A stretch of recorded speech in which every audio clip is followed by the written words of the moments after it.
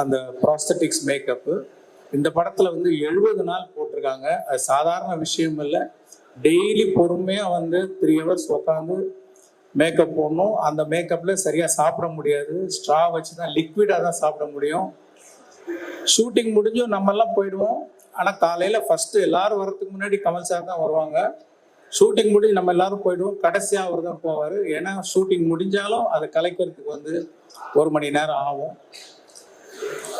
First part 1 shoot பண்ணும்போது நாள் வந்து கமல் சார் அந்த மேக்கப்ல வந்து நிற்கும்போது ஒரு பயங்கர ஒரு சிலிர்ப்பு ஒன்று உண்டாச்சு. இப்போ அதே சிலிர்ப்பு 28 வருஷம் கழிச்சு அவர் ஃபர்ஸ்ட் மேக்கப் டெஸ்ட்டுக்காக போட்டுட்டு வந்தப்போ எனக்கு பயங்கரமா அதே ஃபீலிங் வந்தது. இன்னொன்று, ஒவ்வொரு நாள் ஷூட்டிங் நடக்கும்போதும் வந்து கமல் சார்னே தோணாது. ஒரு இந்தியன் தாத்தா நம்ம பக்கத்திலேயே